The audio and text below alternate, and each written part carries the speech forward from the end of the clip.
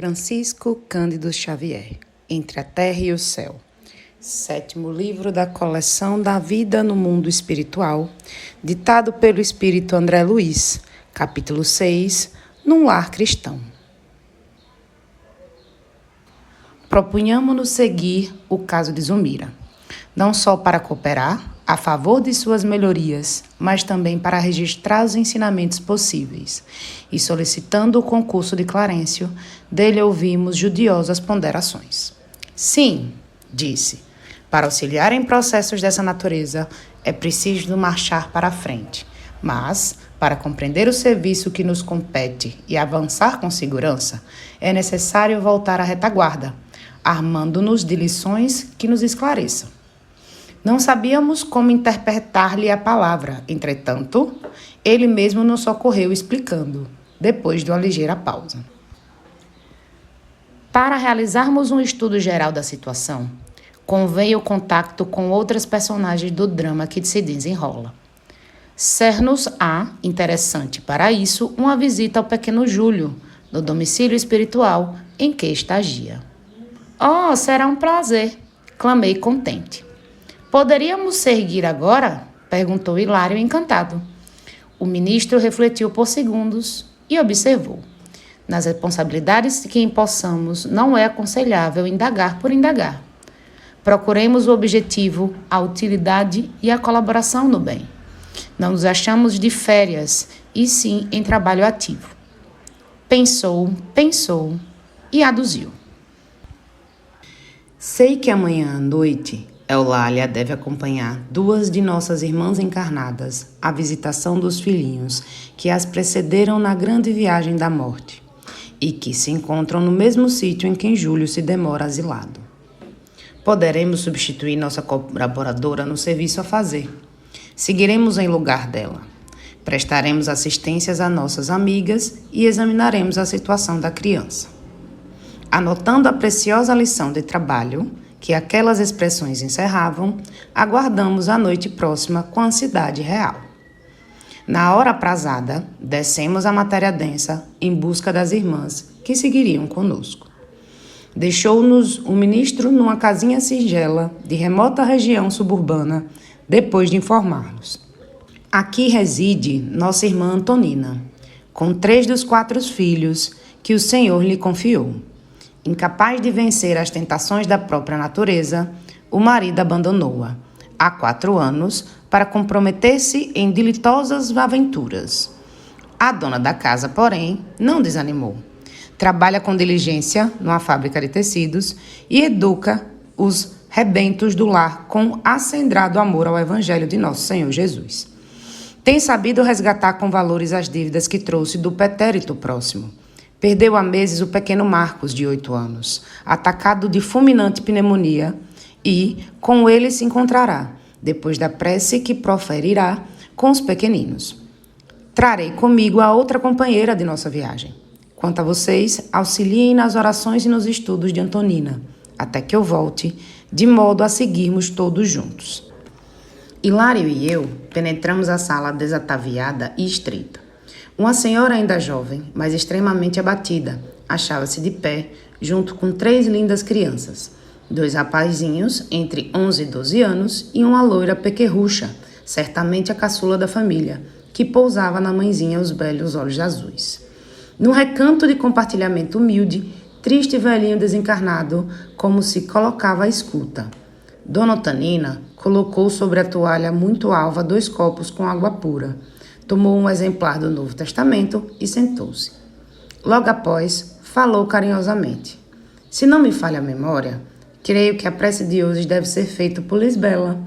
A pequenita levou as minúsculas mãos ao rosto, apoiou-se graciosamente os cotovelos sobre a mesa e, cerrando os olhos, recitou. Pai nosso que estás no céu, santificado seja vosso nome.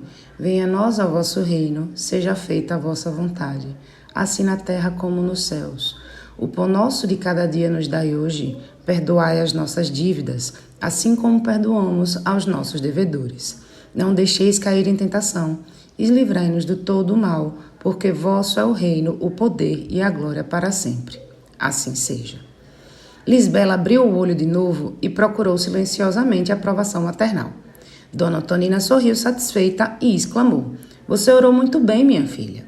E, dividindo agora a atenção com os dois meninos, entregou o evangelho a um deles, convidando: "Abre, Henrique, vejamos a mensagem cristã para os nossos estudos da noite."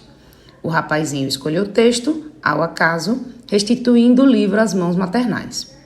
A genitora, emocionada, leu os versículos 21 e 22 do capítulo 18 das anotações do apóstolo Mateus. Então Pedro, aproximando-se dele, disse: "Senhor, até quantas vezes pecará meu irmão contra mim, e eu lhe perdoarei?" "Até 7? Jesus lhe disse. "Não te digo que até 7, mas até 70 vezes 7. Calou-se Dona Antonina, como quem aguardava a manifestação de curiosidade dos jovens aprendizes. O pequeno Henrique, iniciando a conversação, perguntou com simplicidade: "Mãezinha, por que Jesus recomendava um perdão assim tão grande?"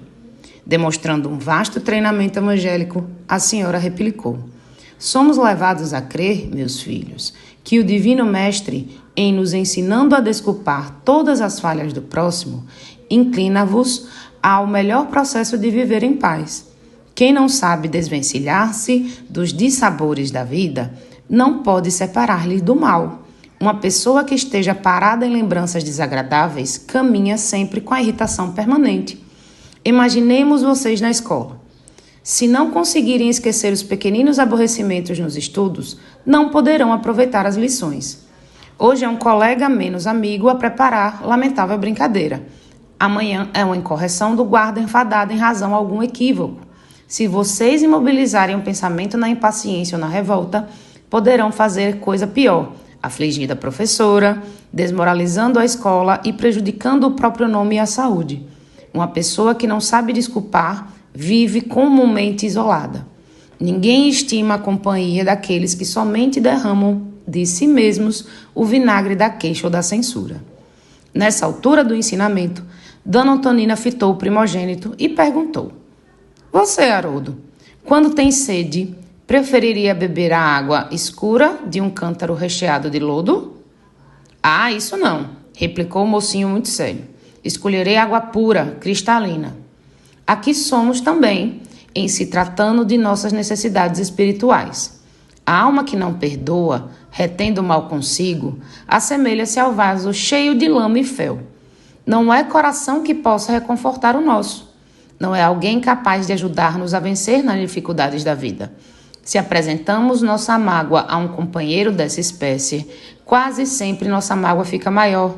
Por isso mesmo, Jesus aconselhava-nos a perdoar infinitamente, para que o amor em nosso espírito seja como o sol brilhando em uma casa limpa. Expressivo intervalo fez notar. O jovem Haroldo, de semblante apoquentado, interferiu, indagando: "Mas a senhora crê, mãezinha, que devemos perdoar sempre?" "Como não, meu filho?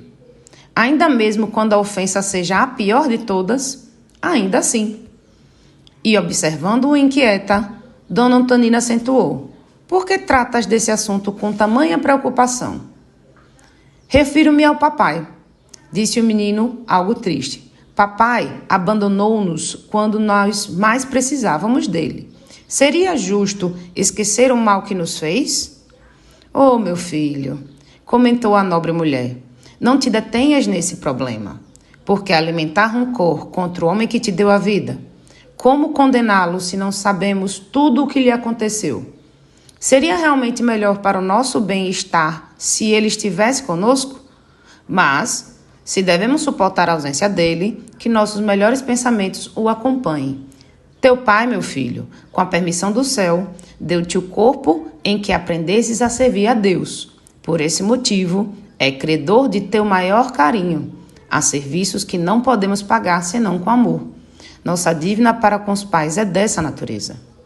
Recordando talvez que a família se achava num curso de formação cristã, a dona da casa acrescentou: "Um dia, quando Moisés, o grande profeta, foi ao monte receber a revelação divina, uma das mais importantes determinações por ele ouvidas do céu foi aquela em que a eterna bondade nos recomenda: honrarás teu pai e tua mãe.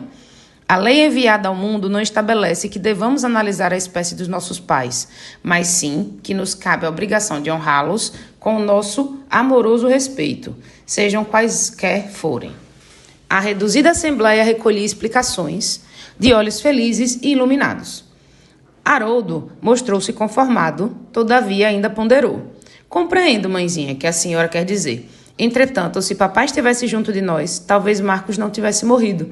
Teríamos dinheiro suficiente para tratá-lo.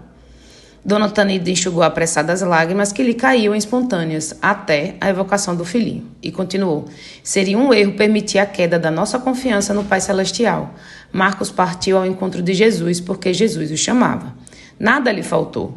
Rogo a vocês, não damos cursos a qualquer ideia triste em torno da memória do anjo em que nos precedeu. Nossos pensamentos acompanham no além aqueles que amamos. Nesse ponto de conversação, Lisbela inquiriu Graciora. Mãezinha, Marcos nos vê? Sim, minha filha, esclareceu Dona Antonina emocionada. Ele nos ajuda em espírito, pedindo a Jesus forças e bênçãos para nós. Por nossa vez, devemos auxiliá-lo com as nossas preces e com as nossas melhores recordações. Dona Antonina, porém, pareceu asfixiada com enorme saudade. Enquanto os meninos comentavam com interesse os ensinamentos da noite, demorava-se absorta, mentalizando a imagem do pequenino. Quando o relógio assinalou o fim do culto, solicitou a Henrique que fizesse a oração de encerramento. O Petis repetiu a prece dominical, rogando ao Senhor abençoasse a mãezinha, e o trabalho terminou. A dona de casa repartiu com os pequenos alguns cálices de água cristalina que Hilário e eu magnetizaremos, e logo após, pensativa e saudosa, retirou com os filhinhos para a câmara em que se recolhiam todos juntos.